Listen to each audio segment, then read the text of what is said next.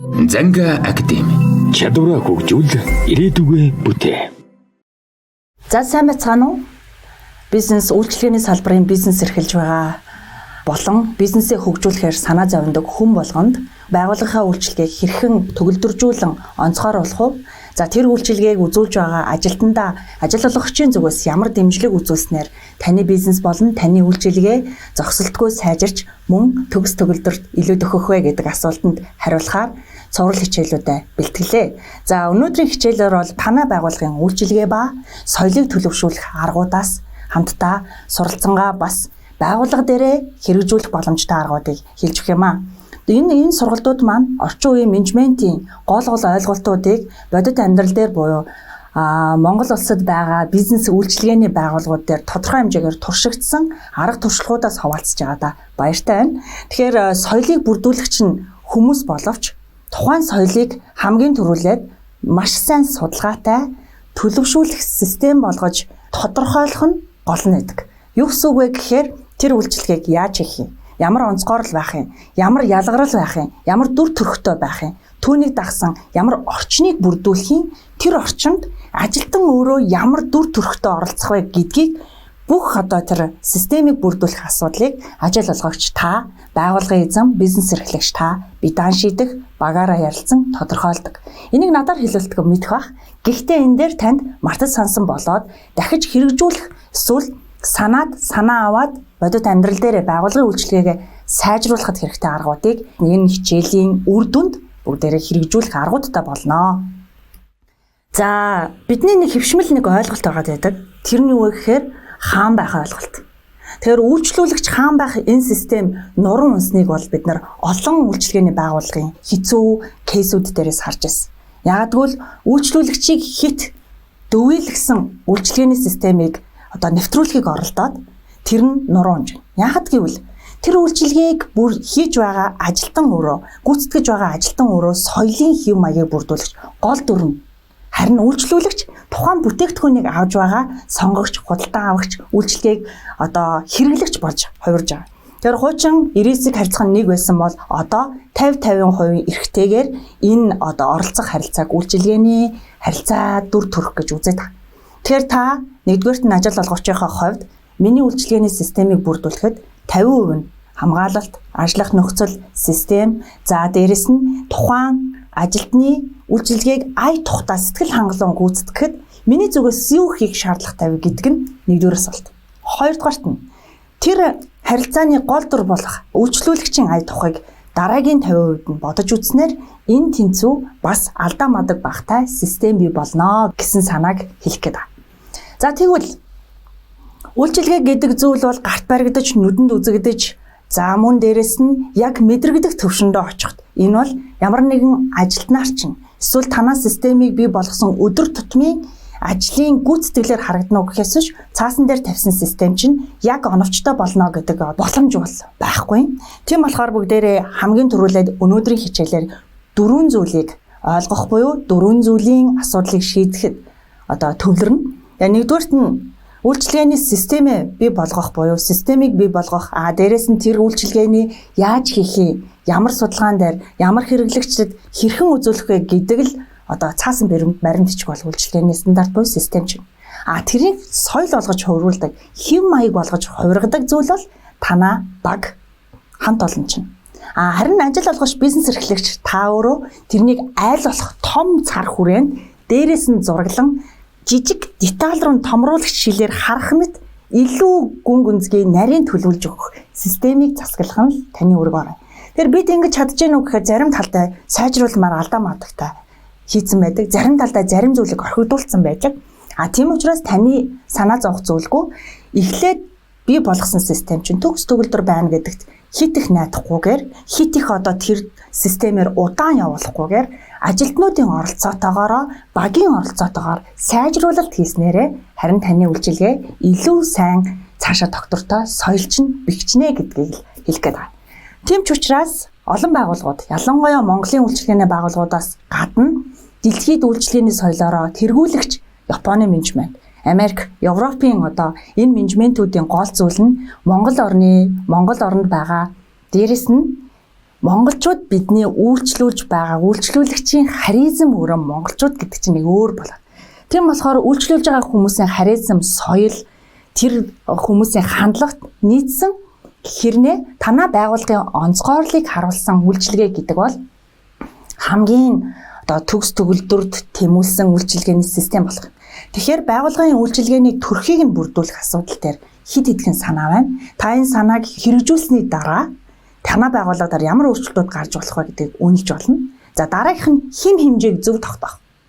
Ихэвчлэн бид нар нөгөө монголчуудын нэг соёлын төлөвшөж байгаа менежмент удирдлага зохион байгуулалтын менежментээр ч гэсэн төлөвшөж байгаа юм тоо үзүүлэлтүүдийг тодорхой биш орхисон системүүд унаад байгаа. Тийм учраас хэв хэмжээг яаж үнэлэх юм бэ гэдэг арга дээр бүгдээрээ жоохон төвлөрнө гэсэн. За дараагийнх нь хэв маягийг тогтоох. Тэгэхээр хэм хэмжээ гэдэг бол үйлчлэгээ юугаар хэмжих юм? Хэдэн удаа давтамжтай байх юм?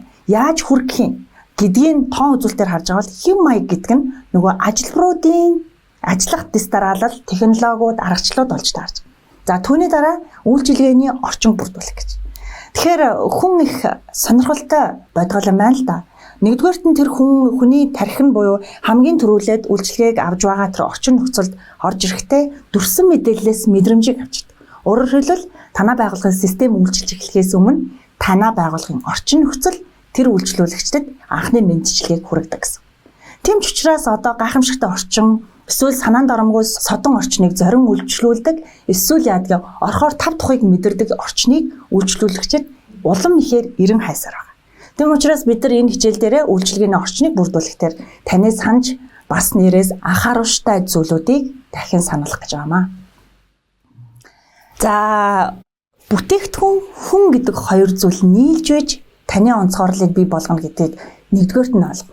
Хэдий бид нар техник технологийн 90-100-д байгаа технологиг ашиглаж, за мөн дээрээс мэдээллийн технологи, дижитал шилжилтийг ашиглан ихэнх зүйлийг автоматжуулалт руу шилжүүлээд байна гэж ойлгож байгаа боловч эцсийн дүндээ тухайн тэр үйлчилгээний чинь хамгийн цөм хэсэг нь бол хүн дээр төвлөрсөн байдаг буюу үйлчлүүлэгч өөрөө хүн байдаг.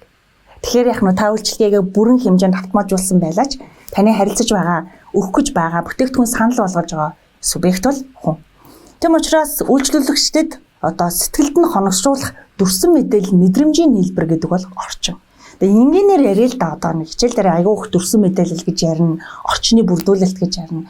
Ерөөсөө л таны ялангуяа ажил олгогчийн өөрийнх нь сэтгэлгээний цар хүрээ, бизнесийн алсын хараа, за одоо хүрхээр зорж байгаа тэр нөгөө стратегийн одоо тоон үзүүлэлт рүүгээ хандсан зүйлсүүдээс гадна сүүлийн үед хүмүүсийн эрэл хайгуул хийгээд байгаа зүйл нь хангалттай мэдээллийн дунд амьдарч байгаа.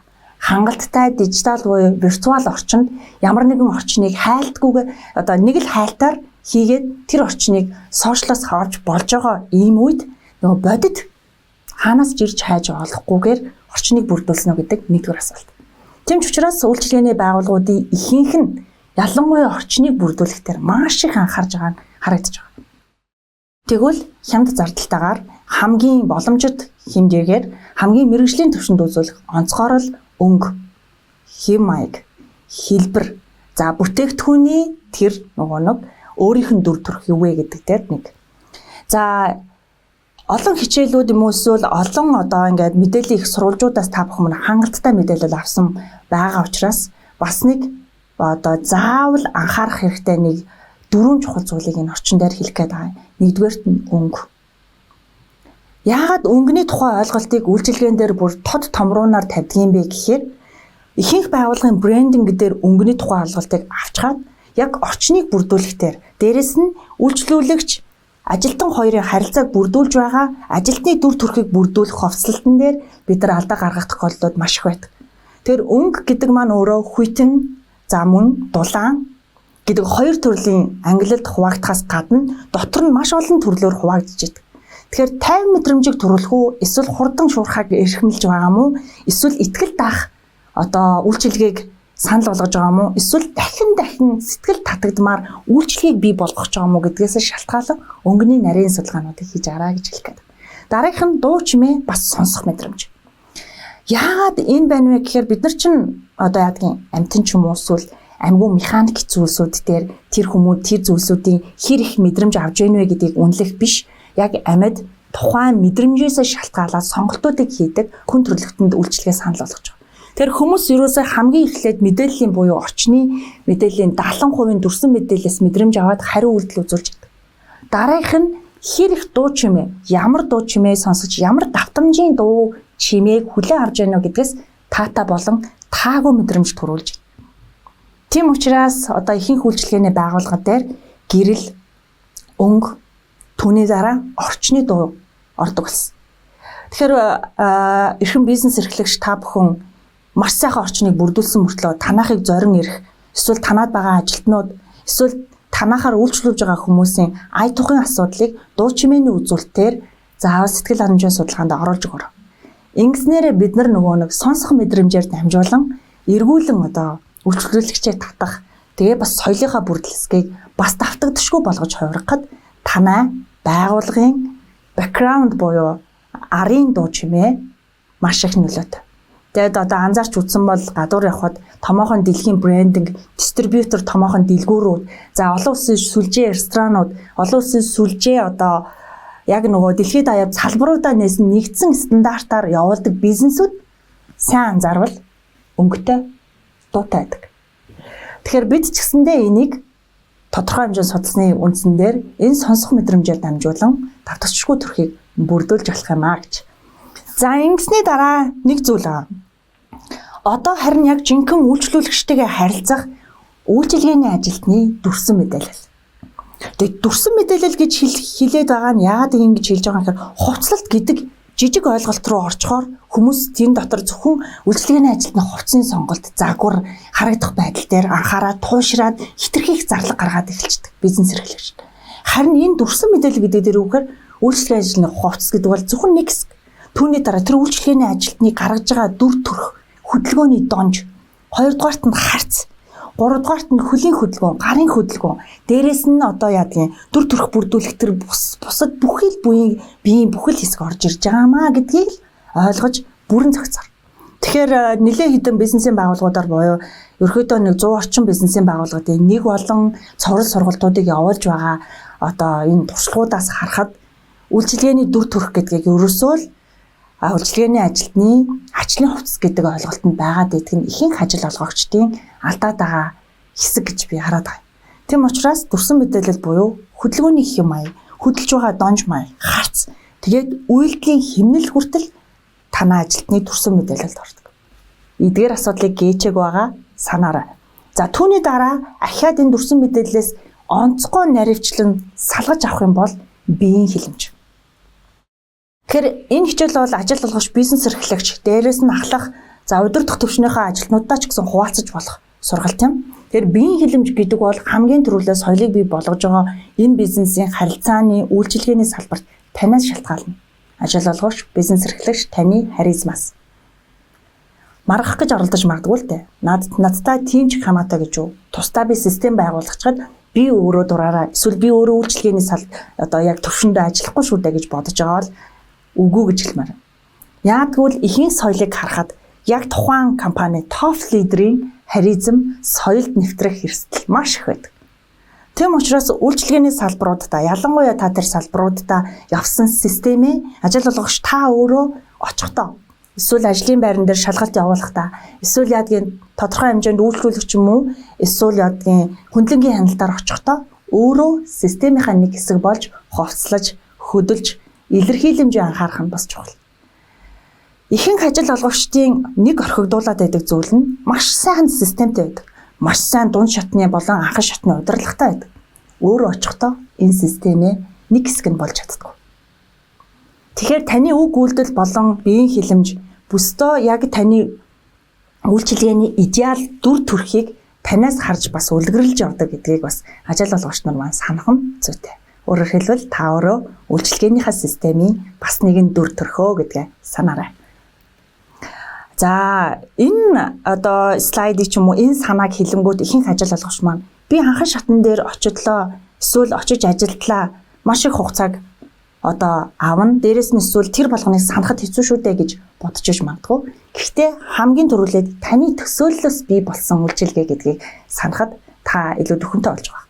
Тэгэхээр эхлээд менежментийн ихэнх хичээлүүд дээр эсвэл үйлчилгээний салбарын хичээлүүд дээр сайн төлөвл, тэгээд тэгээ зогсолтгүй сайжруул, ахиад хян бүртэг гэдэг ийм тогтолцоонууд явж исэн бол одоо ихэвчлэн би хамгийн хичээл сая ихний хэсгүүд дээр ч гэсэн хэлсэн. Юу вэ гэхээр бодит төсөөлөл гэдэг юм. Өөрөөр хэлбэл үйлчлүүлэгч нарын урд өмнө төсөөлж байгаагүй тийм орчин, үнэр, амт, за тийм мэдрэмжүүдийг өгөх нь хамгийн ихний нөгөө бизнесийн фантаз буюу бизнесийн алсын харааны чухал хэсэг болчихж байгаа. Тэгэхээр үйлчилгээн дээр ч гэсэндээ та ямар төсөөллийг бий болгох гээд байгаа, ямар мэдрэмжийг хүргэх гээд байгаа гэдэг дээр хамгийн том төсөөллийг бий болгох. За энэ төсөөллийн оролцоонууд дээр та өөрийнхөө судалгаан дээрээс болон дээд шатны удирдлагын багаараа ярилцах энэ хэрэг. Тэр хамгийн чухал хэсэг нь бол өдөр бүр одоо ажилтан үйлчлүүлэгч хоёр юу мэдрэх вэ гэдэг төсөөллөөс эхэлсэн үйлчлэгээ чинь байна. Тэгэхээр хүмүүс ихэвчлэн маш одоо юу гэдэг нь жижиг хэмжээнд маш одоо хялбаршуулах гад нэг зүйлийг андуураад байдаг нь инээмсэглэл болон үйлчлэгээний нэг хэсэг гэдэг. Би энийг эсрэгээр нь хэлмээр. Инээмсэглэл гэдэг бол тархинд өгж байгаа аюулгүй болоод дээрэс нь эерэг мэдрэмжийг төрүүлэх идеал үйлчилгээний ажилтны нэг үйлдэлийн нэг хэсэг. Инээмсэглэж байхад үйлчилгээний ажилтан чинь өөрөө жаргалтай хахаас гадна дүрсэн мэдээлэл нь эргэл байдаг үйлдэл. Харин зогсолтгүй сайжруулах нөгөө нэг систем буюу үйлчилгээ сайжрах юм бол эмх цэгц гэдэг юм байна. Өөрөөр хэлбэл энийг хүртэл эмх цэгцтэй үйлдэлд ороод явчихна буюу яаж инех юм? Яаж харагдах юм? Инээмсэглэлийг хэр олон минут байх юм ч гэдэг юм. Энэ нарийн деталь ямиг орхисноосоо ерөнхий хичээл зааснараа, ерөнхий систем гаргаснараа, эсвэл яадгийн нийтлэг байдаг зүйлсүүдийг л систем болгож хувиргаснараа бидний ихэнх үйлчилгээний систем нуран унах, эсвэл дундаасаа гацах, тэгээд гаднаас юм уу дотоодоос сургалт авах, ребрендинг буюу дахин сайжруулалтад хийх маш олон зардлууд гараад байна. Тийм учраас эхнээсээ зардал багтаагаар тун богино хугацаанд за дээрэс нь доктортой сайн системтэй болохын тулд жижиг үйлдэлүүдийг томоос нь жижиг хүртэл нэ. Өөрөөр хэлбэл уран сэтгэмжээс сэтгэл хөдлөмж үйлчилгээ гарч ирнэ. 1. Гэвч түүний гүйцэтгэл биеийн хилэмжин дээр уйж өгөх асуудлыг маш сайн. Өөрөөр хэлбэл инээмсэглэл гэдэг нь яг яаж хэрхэн биеийн одоо өнцөг барилт, харцны хөдөлгөөн, за дээрэс нь үйлчлүүлэгчийн аль зүг зохист, за дээрэс нь ямар хувцастай байх үед, дээрэс нь үйлчлүүлэгчид орж ирэхэд биеийн хилэмжний урьдчилсан таних тэр программыг хүртэл ажилтнуудаа сургах нь таны системийг төгөлдөр болгох юм гэж. За дараагийнх нь хэвшүүлэх ба давталт. Тэр үйлчилгээний ажилтнуудын дунд явуулж байгаа судалгааг ажил олгогчийн зүгээс маш олон судалгаа болон зөвлөх үйлчилгээнүүдийг гээд захиалаад байна. Тэр захиалгын дотор манай ажилтнууд яг энийг хэвшүүлэхэд юу дутагдaltaй? Сэтгэл санаа нь ямар байна? Эсвэл гүйцэтгэл дээр нь сайжруулах юм юу байна вэ гэж асуугаад байдаг боловч хамгийн чухал нэг юм орхидог. Давтан үйлдэл хийхэд ямар тамийн мэдрэмж ажилтнанд төрж гэнэ гэдгийг асуугаагүй байдаг. Өөрөөр хэлбэл бид нар бидний энэ үйлчилгээний систем гэдэг яалтчгүй нэг үйлдэлийг давтан хийх. Нэг үгийг хэдэн мянган удаа хэлэхээс эхэлдэг систем.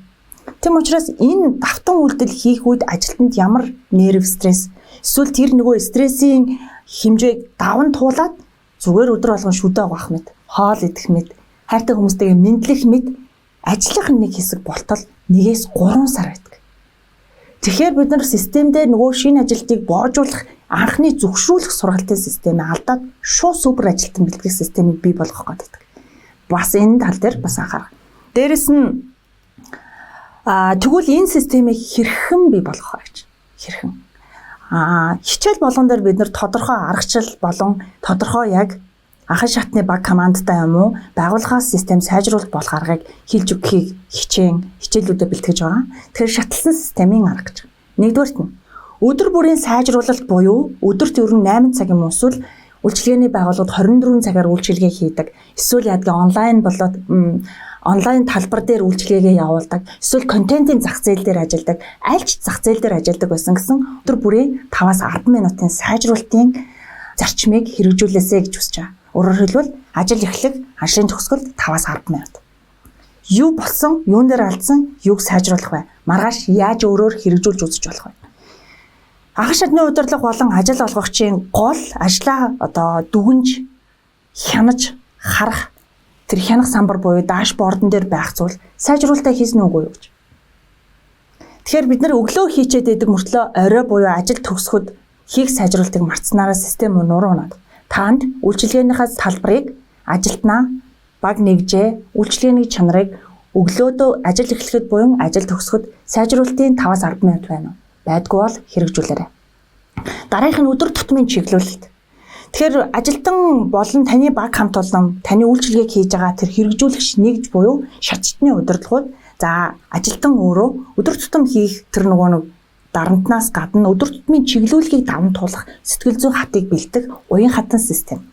Энэ системийн юу ахаар гэхээр үйлдэл болгон дээр зөв хийж чиглүүлэх нөгөө ажлын дараалал, ирэмб, хим хэмжээнүүд байх яг тэр нарийн системийг хийлж байгаа. Энэ чиглүүлэлтийг зөвхөн анхан шатны удирдлага хийн, ажилтан хоорондоо хийн. Тэгээ нөгөө энийг хүмүүс болон ажилд олгогч нар ялангуяа юу гэж боддог вэ? Анхан шатн дээр явж л байгаа, хэрэгжиж л байгаа, ойлгомжтой систем гэж хардаг. Гэхдээ яг амьдрал дээр хэцүү харилцагч эсвэл урд өмнө нь гарч байгаагүй бодит одоо кейсүүд, сургамжууд гараад ирэхээр таны систем доголдож магадгүй. Энийг өдөр тутам бүртгэл байхгүй, сайжруулж явахгүй болохоор энэ систем яваад байгаа юм шиг буруу одоо болж эхэлдэг. Мөрөөр хэлбэл сайжруулдаггүй болж эхэлдэг. Алдаа их гарч эхэлдэг гэсэн.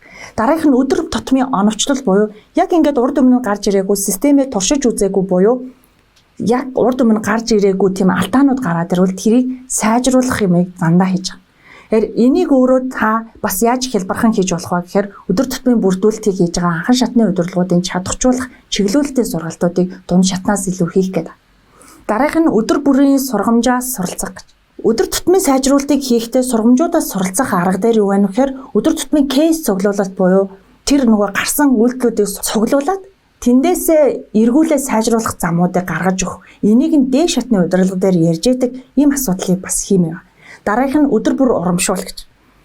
Тэгэхээр одоо нэг үйлчилгээ яг бодит амьдрал дээр сайжрахгүй байгаа нэг зүйл нь юу вэ гэхээр таны ажилтнаг анхан шатн дээр чиглүүлж байгаа ажилтны сэтгэл санааны байдал болон ажлын хандлага, урамшууллын систем тэр нь хэр их гүйцэтгэлтэй явж байна гэдгээс шалтгаалаад. Тэгэхээр энэ хичээлүүдээс таны өдөр тутмын нөгөө үйлчилгээнд дээр гарч байгаа асуудлуудыг сайжруулах гээд байгаа учраас үйлчилгээний чиглүүлэлт хийх тусдаа аргатай, техниктэй. За өдөр тутмын одоо ахлах ажилтны чиг үүрэг дотор чиглүүлэлтийн үүргийг буюу одоо яадгийн сургах, чиглүүлэх, за тэгээд зөв хийх, зааварчилгааны хяналтуудыг хийх нь чухал байна. Дараагийнх нь сургалтын системийг үйлдэл бүрээр нь гаргах нь их хэрэгтэй. Гэвч нөгөө сургалтын системдэр гол алдагдаад байдаг юмнууд нь юу вэ гэхээр хүн хоорондын ойлголтын зураг. Тэгэхээр сүүлийн үед бас байгууллагууд нэлээдгүй сургалтын системдээ ялангуяа их анхаарж байна. Тэгэхээр сургалтууд дээр яг ямар үйлдэлүүдийг хийж өгөх вэ гэдгийг нарийн гаргаж байна. Ахаад л энд яг бодит хүнээс хүн дамжих хоорондоо алдаа гарах магадaltaй байдаг. За тэгээд ажилтныг өдөр тутамдаа урамшуулах тогтолцоо юу байдаг вэ гэдгийг нь судлах дотоод системийн асуудлыг бас энд ярьж болно. За ингээд судалгаа, сургалт, сайжруулалт буюу 3C гэж үйлчилгээнд дээр нэвтрүүлээрэй гэж бид бас энэ сургалтынхаа хүрээнд хэлэх гээд байгаа юм. Таны хийдэг, хэрэгжүүлдэг байсан бүх хэрнээ алдаад байгаа юмнууд энэ дээр гараад ирнэ. Дээрээс нэгдүгürt нь онцгойрол од болохоо болох үе ирдэг. Тэгэхээр энэ онцгойрол гэдэг зүйлийг та тогтвортой явуулна гэдэг нь нэг л удаа томьёолчихсан системийг насаараа хэрэгжүүлнэ гэсэн ойлголт биш учраас саяны өмнөх слайдн дээр яригдсан тэр нөгөө өдөр тутмын сайжруулалтуудаас дандаа өөрчлөлтүүдийг хийж байгаа. Дараагийнх нь олон ургалж санаа туршлага гэж байна. Тэгэхээр энэ санаа туршлагыг хөндлөнгийн хяналтаар хийхээс гадна үйлчлүүлэгчдийн хяналтыг байнга нэг үйлчлэгэн дээр авч үзэж яхах нь чухал байна. За тэгээд туршилтын хувилбаруудыг гаргах уу эсвэл одоо шууд эцсийн байдлаар хэрэгжүүлж эхлэх үү гэдэг гол менежмент. За тэгээд дараагийнх нь болохоор сургалтын системийг гаргах нь чухал. Тэгээд дүр төрхийн өөрчлөлтүүдийг улирлын шинжтэй хийхээ бас мартааддаг. Тэгэхээр энэ болгоныг ажил олгогчийн зүгээс зардал их гарах юм шүү гэж ойлгож байгаа бол үгүй юм. Яагтгүй л нөгөө ажилтан ч гэсэн өөрөө үйлчилгээг хийж байгаа. Дээрээс нь тэр нөгөө нэг өөрийнхөө өгж байгаа үйлчилгээгээр дамжуулаад төрөх мэдрэмж нь өөрчлөгдөхөд ажлын бүтээмж нь нэмээд дагаад өөрчлөгдөж идэг. За тэгэхээр өвлийн, зуны, хаврын, замун дээрээс нь хичээл сургуулийн нээлтийн гээд таны бизнес хүмүүсийн амьдралын ямар одоо үе шаттай, хэв маягтай, эсвэл тэр нөгөө нэг цаг үетэй холбогдож байна вэ гэдгээс хамаарат 1-3 үгсийн сонголт, 1-4 дүр төрхийн сонголтоор хийвэл ажилтан тэр болгон дээр урам зориг нь сэргэж дахин сайжирч идэг. Тэгэхээр энэ үйлчилгээний салбарт хийж байгаа үйлчилгээнийхаа хэсэгт өгж байгаа энэ зүйлсүүд бол эргээ бүтээмжийг нэмэгдүүлэхээс гадна таны гол зүрх болох, гол нөгөө нэг олох гээд байгаа зорилго болох тэр нөгөө нэг үйлчилгээ болон ашиг орлого борлуулалтыг нэмэгдүүлж идэг өндөр ашигтай зардал юм а гэдгийг л ойлгомж байна. Дараах нь үг хэллэгийн загварыг дахин сайжруулах буюу гаргах. Тэр нэг үгийг давтан хэлдэг энэ нэг хүнд бэрхшээлтэй ялангуяа сэтгэл зүйн дарамт үүсдэг энэ үйлчилгээний салбарын ажилтнуудад үг хэллэгийн загварыг хамгийн гол нь дүр төрхийг өөрчлөх үг хэллэгийн загварыг бага өөрчлөөрэй гэж хэлэх гэдэг. За тэгээд системээ 6 сар тутамдаа нэг хям, сургалтыг 1 сар тутамдаа нэг сайжруул, дадлыг өдөр бүр хий гэдэг энэ чиглэлээр амаа. За тэгээд хамгийн чухал нь ажил олгогч таны анхааран суралцуулж, дэмжиж, хөгжүүлж, өдөр тутмын ажилд нь дэмжлэг үзүүлэх нэг албан тушаал бол үйлчилгээг амьлуулахад анхан шатны удирдлагын чиглэлтэй байдаг. Тэгэхээр анхан шатны удирдлагуудаар шийдвэр гаргах эрх мэдлийг нь та тодорхой олгож өг. Оновчтой хариу арга хэмжээ авах өөрийнх нь санхүүгийн болон шийдвэр гаргалтын эрх мэдлийг бас тодорхой болгож өг. За тэгээд сайжруулах хувилбарыг туршилт хийх зардлын нөөцтэй төлөвлөж өгөх гээд хэлэх гээд байна. Өөрөөр хэлбэл анхан шатанд гаргаж шийдвэрлэж болох юм таны ширээн дээр ирээд байгаа бол таны үйлчилгээ явахад маш төвөгтэй байна л гэдгийг хэлэх гээд байна. Өөрөөр хэлбэл яг үйлчилгээг хийж идэг ажилтан чиглүүлж идэг. За хүнд хэцүү нөхцөлд ажилтнаа анхаарал халамжгүй шийдлийг гаргаж идэг ажилтнуудын эрх үүргийг маш тодорхой олгох нь чухал байна гэж. За дараагийн нэг чухал зүйл нь ажил дээр өдөр болгон хэрэгжүүлж явах зүйл бол ажилтны асуудлыг гарц болгон ашиглах. Тэгэхээр үйлчилгээний дан ганц ажилтан биш олон талын оролцоотой нээлттэй ийм хилцүүлэг хийж явах нь чухал байдаг. Заримдаа бид нар ихэнхчлэн Google компани жишээн дээрээс харахад үйлчлүүлэгч буюу олон нийтийг хилцүүлгийг ажилтнуудтайгаа маш их хамтарч хийдэг туршлага байна. Монголд ч гэсэндээ хаан хүнс, за мөн дээрээс нь бусад томоохон нэр хүндтэй байгууллагууд онлайн, сошиалор хүртэл нэг гаргаж байгаа контентуудынхаа хилцүүлгийг хийдэг жишээнүүд байдаг. Тэгэхээр яг ингэж нээлттэй хилцүүлэг хийх нь маш чухал байна. За дараагийнх нь нэг чухал зүйл бол үйлчлүүлэгчийн байр сууриас болон ажилтны мэдрэмжийг хянах нь айгүй чухал байна. Ихэнх дийлэнх олох байгууллагуудын сэтгэл ханамжийн судалгааны асуумжнаас болон өөрсдийн яг нөгөө ажлын өдөр тутмын үйлчилгээний дадлууд дээрээс харахад ажилтны байр суурийг асуусан асуумж эсвэл оролцуулсан хилцүүлэг тун цөөхөн байгаа нь анзаарагдаад байна. Харин ажилтныг тодорхой хэмжээгээр нөгөө чиглүүлгийн дагуу оролцуулж хилцүүлгэн дээр байр суурийг илэрхийлүүлснээрээ хамгийн гол нөгөө системийн чинь буюу үйлчилгээг чинь хүргэх гэж байгаа субъект болох ажилтан сэтгэл хангалуун байх урагшлах боломжтой. Та энэ систем дээр л гол тарих, зүрх, хамгийн гол ачааллаа, анхаарлаа төвлөрүүлснээрээ дараах 4 зүйлийг сайжруулах боломжийг гаргаж байна. Хүндэтгэх систем, ойлгох систем, хүлээн зөвшөөрөх систем, санал болгох хувилбар гэж. Ерөөсөө үйлчилгээ дараах 4 үе шатыг тасралтгүй хийж байж төлөвшин бий болдог, соёлыг бий болгодог. Үйлчилгээгээ томьёолчлоо гэдэг бол дөнгөж ихний алхам. Түүнийг хэрэгжүүлж явах явцад өмнөх хичээлийн хэсгүүд дээр гарч ирсэн аргачлалуудыг хэрэгжүүлэлээ хамгийн сүүлд энэ 4-ийг тодорхой. Хүндэтгэлийн систем нь юу ах вэ? Ойлгохдоо бид нар ямар хариу үйлдэл үзүүлэх юм? Хүлээн зөвшөөрнө гэдэг нь ямар хариу үйлдэлүүдтэй байх юм? Тэгэд хувилбарыг санал болгох. Ажилтныг ая тухтай байлгах, танаа үйлчилгээг төвийг сахисан болоод нийцдээ үйлчлүүлэгч сэтгэл хангалуун гараад явах хувилбарыг сонгон хилдэг шийдвэр гаргалт гэдэг бол хамгийн чухал. Тэгэхээр шат чадны ажилтнуудаа хөгжүүлэхээс гадна ажилтгууч та өөрөө, бизнесийн эзэн та өөрөө яг энэ санал болгох хувилбарууд дээр онцгойлон анхаарч бас санаа бодлоо уралдуулж байх нь бол бас нэг зөв зүйтэй гарц гаргалгаа болох нь дамжиггүй болох юм аа. За ингээд хамгийн шилдэг үйлчилгээг өдөр бүрийн эмгцэгцтэй үйлдэл бүхий систем бий болгоно гэдэг үгээр сургалтыг дүгнэхийг хүсэж байна. Бид нар хамгийн шилдэг үйлчилгээг хитрхи үйлчлүүлэгч төвтэй зөөлөн систем бүрдүүлэх юм бол тун удахгүй нуруугаа ахвалсан ажил өдөр тутмын ажилдаа сэтгэл хангалуун биш ядарсан систем нь ойлгомжгүй ажилтан баг хамтныг харна гэж бодно. Харин хитрхи ажилтан төвтэй системийг бий болгох юм бол өдөр тутмын сэтгэл ханамжгүй судалгааны үр дүн, гомдол санал дүүрэн цаг хугацаа эхлэх нь ойлгомжтой. Мэдээж танай байгууллагын үйлчилгээг, танай байгууллагыг зорих үйлчлүүлэгчдийн тоо тэр чинээгээрээ буурна гэсэн. Аль альнийг доктортой авч явах нь аль альных нь байр суурийг доктортой бэхжүүлэх 50% оролцоотой буюу эмх цэгц, дараалал, чиг үүргийн зөв хуваарлалт, чиг үүрэг болгон дээр зөв сургалт, мөн зөв одоо үйлдэлийн стандартчлалыг бий болгосон систем бий болгох юм аа л гэж хэлэх гээд байна.